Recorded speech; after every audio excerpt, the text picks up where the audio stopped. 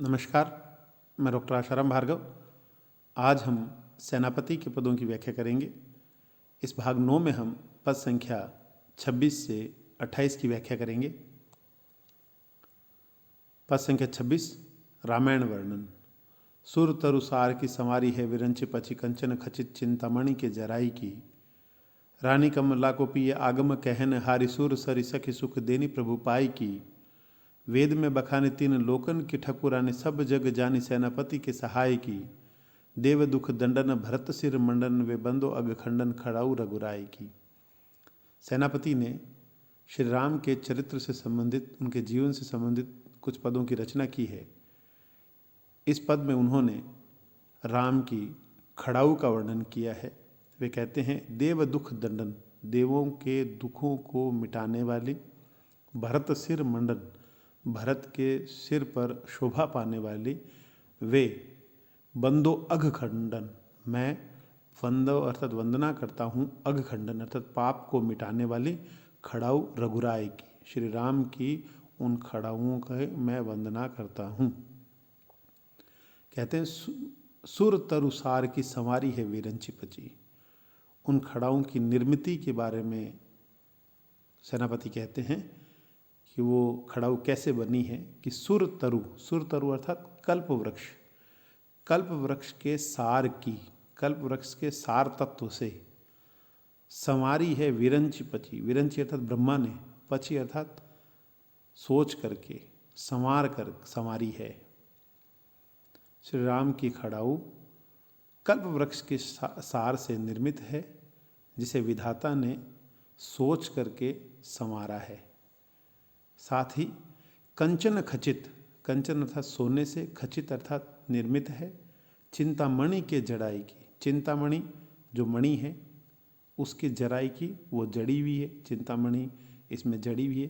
कहने का तात्पर्य यह है कि जिस प्रकार चिंतामणि व्यक्ति की चिंताओं को मिटा देती है, उनकी चिंताओं को दूर करती है, जिस प्रकार कल्पवृक्ष जो लोगों की इच्छाओं को पूर्ण करता है, उसी प्रकार चूँकि राम की खड़ाऊ कल्प वृक्ष के सार से बनी हुई है और चिंतामणि उसमें जड़ी हुई है, इसलिए राम की खड़ाऊ भी लोगों के दुखों को, उनके चिंताओं को दूर करके उनकी इच्छा पूर्ण करती है। आगे कहते हैं कि रानी कमला को पिए आगम कहन हारी। ये खड़ाऊ रानी कमला, कमला अर्थात लक्ष्मी को, पिय आगम, पिय अर्थात प्रियतम के आगमन का कहनहारी, कहने वाली है। इन खड़ाऊ के ध्वनि से लक्ष्मी को विष्णु के बारे में ज्ञात हो जाता है। तो रानी कमला को पिय आगम कहनहारी, प्रियतम के आने का कहने वाली हैं। सुरसरी सखी, ये सुरसरी अर्थात गंगा की सखी हैं। सुख देनी प्रभु पाए की, और प्रभु श्री राम के पाए मन पैरों को सुख देने वाली है। सुरसरी सखी इसलिए कहा गया है क्योंकि विष्णु के चरणों से ही गंगा निकली है और विष्णु के चरणों में ही खड़ाऊ पहनी जाती है। इसलिए वे दोनों, चूँकि उनका संबंध चरणों से है, इसलिए खड़ाऊ को गंगा की सखी कहा गया है।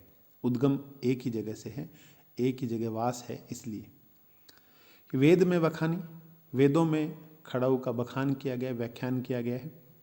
तीन लोकन की ठकुरानी, तीनों लोकों की ठकुरानी है, मालकिन है। सब जग जानी, सारा संसार जानता है, सेनापति के सहाय की। सेनापति कहते हैं सारा संसार जानता है मुझ सेनापति की सहाय की, अर्थात सहायक हैं, मेरी मदद करती हैं ये श्री राम की खड़ाऊ। वे कहते हैं देव दुख दंडन, देवताओं के दुखों को मिटाने वाली। भरत सिर मंडन, भरत के सिर पर सुशोभित होने वाली। वे खड़ाऊ जो है, बंदौ वंदना करता हूँ, अघ खंडन पाप को मिटा देने वाली खड़ाऊ रघुराई की, श्री राम की खड़ाऊ की मैं वंदना करता हूँ। भरत सिर मंडन का तात्पर्य यह है कि भरत ने राम के वनवास जाने के बाद राम से खड़ाऊ ले करके अपने सिर पर रख कर वो लेकर आए थे। इस प्रकार इस पद में श्री राम की खड़ाऊ का वर्णन किया गया है कि राम की खड़ाऊ कल्प वृक्ष के सार से निर्मित है। उसमें सोने से निर्मित है और चिंतामणि जड़ी हुई है और उसका निर्माण स्वयं ब्रह्मा ने, विधाता ने किया है। वह लक्ष्मी को प्रियतम के आने का कहने वाली है, सूचना देने वाली है, गंगा की सखी है और प्रभु के पाँव को सुख देने वाली है। वेदों में जिसका व्याख्यान किया गया है, तीनों लोकों की जो ठकुरानी है, वो सारा संसार जानता है कि मुझ सेनापति की सहायक है, देवताओं के दुखों को मिटाने वाली, भरत के सिर पर सुशोभित होने वाली, अघखंडन पाप को खंडित करने वाली खड़ाऊ श्री राम की, खड़ाऊ की मैं बंदो न वंदना करता हूँ। पद संख्या 27। कंज के समान सिद्ध मानस मधुप निधि परम निधान सुर सरि मकरंद के, सब सुख साज सुर राजन के सिर ताज भाजन है मंगल मुक्ति रूपी कंद के। सरजु बिहारी ऋषि नारी तापहारी ज्ञानदाता हितकारी सेनापति मति मंद के, विश्व के भरण सनकादि के शरण दो राजत चरण महाराज रामचंद्र के। इस पद में सेनापति ने श्री राम के चरणों की वंदना की है। वे कहते हैं विश्व के भरण, सारे संसार का भरण पोषण करने वाले, सनकादि के शरण, सनकादिक जो मुनि हैं उनको शरण देने वाले, दो राजत चरण, दोनों राजत चरण सुशोभित होते हैं चरण महाराज रामचंद्र के, महाराज रामचंद्र के वो चरण सुशोभित होते हैं। उन्हीं चरणों की शोभा का वर्णन करते हुए सेनापति कहते हैं कि कंज के समान, कंज अर्थात कमल के समान, सिद्ध मनुष्य मधुप के लिए निधि है। कंज के समान सिद्धों के लिए, मनुष्यों के लिए और भंवरों के लिए निधि है। ये श्री राम के चरण सिद्धों के आधार है, सिद्धों के लिए खजाना है, मनुष्यों के लिए खजाना है, साथ ही भंवरों के लिए खजाना है। भंवरों के लिए खजाना इस अर्थ में है क्योंकि भंवरे जिस प्रकार फूलों का रसपान करते हैं, उसी प्रकार श्री राम के चरण कमल है जिनका भंवरे रसपान करते हैं। वो भंवरे कौन है? सिद्ध और मनुष्य। सिद्ध और मनुष्य रूपी भंवरे श्री राम के चरण कमलों का पान करते हैं। उनके लिए राम के चरण कमल निधि के समान है, खजाने के समान है। साथ ही इन चरणों से, इन कमल रूपी चरणों से जो मकरंद है, मकरंद अर्थात पराग है, वो कौन क्या है कि परम निधान सुरसरी मकरंद के। श्री राम के चरण परम निधान है, परम स्थान है, सुरसरी गंगा रूपी मकरंद के, गंगा रूपी पराग के। जिस प्रकार कमल के बीच में परागकण होते हैं जिसमें रस होता है, उस रस का पान भंवरे करते हैं, उसी प्रकार श्री राम के चरण जो कमल के समान है, जिससे गंगा रूपी मकरंद है, गंगा रूपी पराग है, और उसका पान सिद्ध और मनुष्य रूपी भंवरे करते हैं। सब सुख साज, श्री राम के चरण समस्त प्रकार के सुखों को देने वाले हैं, सुखों को सजाने वाले हैं। सुर राजन के सिर ताज, सुर अर्थात देवताओं के, राजन अर्थात राजाओं के सिर ताज हैं, सिरोधार्य हैं। राजाओं और देवताओं दोनों के लिए सिर ताज है, सिर के ताज हैं, उनके लिए मुकुट है। वो भाजन है मंगल मुक्ति रूपी कंद के, भाजन है वे, भाजन अर्थात पात्र है। श्री राम के चरण पात्र हैं, जहाँ जहाँ राम के चरण हैं वहाँ मंगल मुक्ति रूपी कंद, मंगल मुक्ति रूपी कंद जो है उसके वो भाजन है, आधार है। जहाँ जहाँ राम के चरण होंगे वहाँ मंगल होगा, वहाँ मुक्ति होगी। मंगल भवन अमंगलहारी। सरजू बिहारी, श्री राम के चरण सरयू बिहारी है। सरयू जो अयोध्या में बहने वाली नदी है, उस नदी के किनारे विहार करते थे, तो श्री राम के चरण सरयू विहारी है। ऋषि नारी तापहार, ऋषि की नारी का ताप को हरण करने वाले, ऋषि नारी गौतम ऋषि की पत्नी अहिल्या के ताप और पीड़ा को हरण करने वाले श्री राम के चरण, जिनके स्पर्श से अहिल्या मुक्त हुई थी, तो सरयू बिहारी हैं। ऋषि नारी के ताप का हरण करने वाले हैं। ज्ञानदाता हितकारी, ज्ञान देने वाले हैं राम के चरण। हितकारी हैं, लोगों का भला करने वाले हैं। सेनापति मति मंद के, सेनापति कह रहे हैं मुझ मति मंद, मंद बुद्धि के, श्री राम के चरण ज्ञानदाता है, हितकारी है। साथ ही वे कहते हैं कि विश्व के भरण, संसार का भरण पोषण करने वाले हैं। सनकादि के शरण, सनकादिक जो मुनि हैं, सनत कुमार, सनकादिक आदि 4 मुनि हैं, उनके शरण देने वाले हैं। 2 राजत चरण, ये दोनों श्री राम के दोनों चरण सुशोभित होते हैं महाराज रामचंद्र के। इस प्रकार इस पद में श्री राम के चरण कमल की प्रशंसा की गई है, स्तुति की गई है, वंदना की गई है। सेनापति कहते हैं कि श्री राम के चरण कमल के समान हैं, जो सिद्ध और मनुष्य रूपी भंवरों के लिए निधि है, और उन्हीं राम के चरण रूपी कमल से गंगा रूपी मकरंद पराग निकलता है और समस्त प्रकार के सुखों को देने वाले हैं। देवताओं और राजाओं के सिरताज हैं, जो मंगल और मुक्ति के पात्र हैं, जो सरयू विहारी हैं, गौतम ऋषि की पत्नी अहिल्या को तार देने वाले हैं, ज्ञान देने वाले हैं, हितकारी हैं। सेनापति मतिमंद के सेनापति कहते हैं मुझ मंदमति के हितकारी हैं, विश्व का भरण करने वाले हैं, सनकादिक आदि कुमारों के शरणदाता हैं। इस प्रकार श्री राम के दोनों चरण सुशोभित होते हैं। पद संख्या 28। धाता जाहि गावे कछु मरम न पावे ताहि, कैसे के रिझाव भलो मोन ठहराइए। रस न कुपाई पाई वचन शक्ति, बिन राम गुण गान तऊ मन अकुलाइए। जैसे बिन अनल सलील ही को दीपक दे, दीप्ति निधान भान को भलो मनाइए।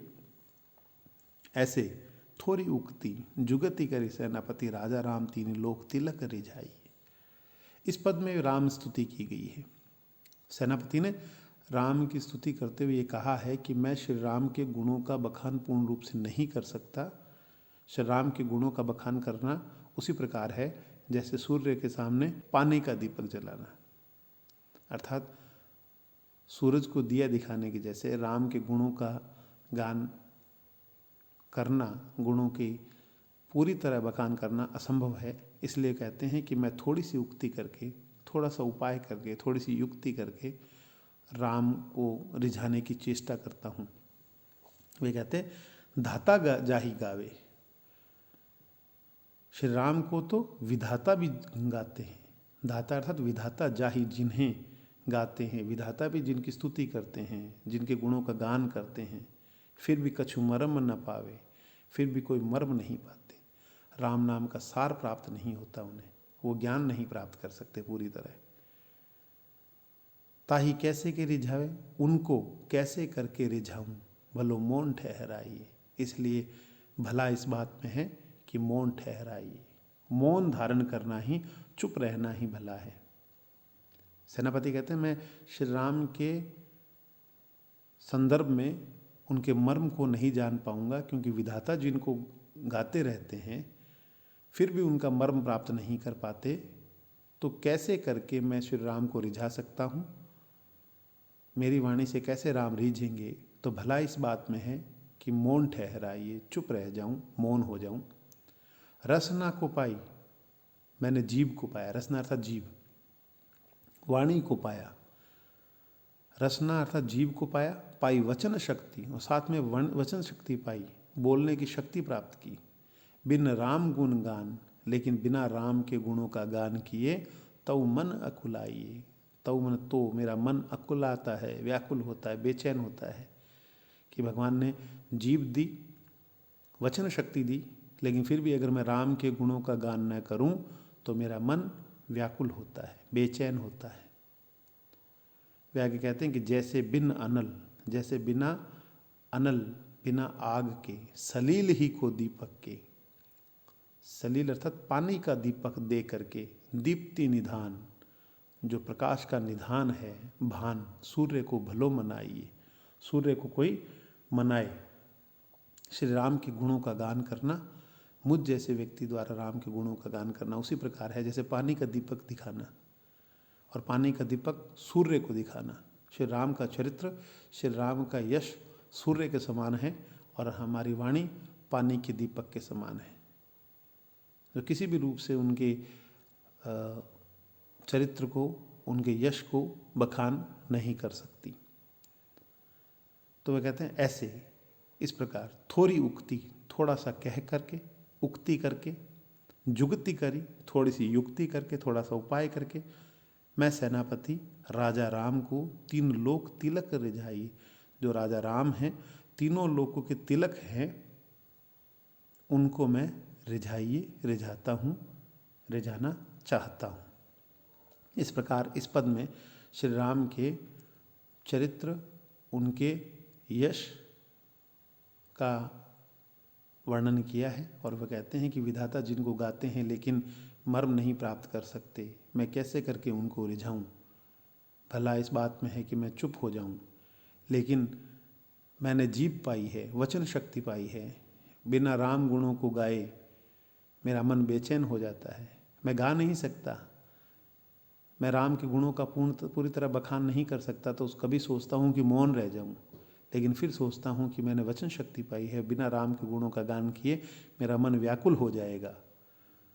और राम के गुणों के गान के संदर्भ में बताते हैं कि जैसे बिना आग के पानी का दीपक दिखा करके दीप्ति निधान सूर्य को भलो मनाइए, मैं सूर्य का भला मनाता हूँ। श्री राम के सामने, श्री राम के सूर्य जैसे चरित्र के सामने, यश के सामने, मर्म के सामने मैं एक अपने पदों रूपी, अपने भाव रूपी, अपने भक्ति रूपी पानी का दीपक जलाता हूँ, अर्थात अपनी तरफ से कोशिश करता हूँ।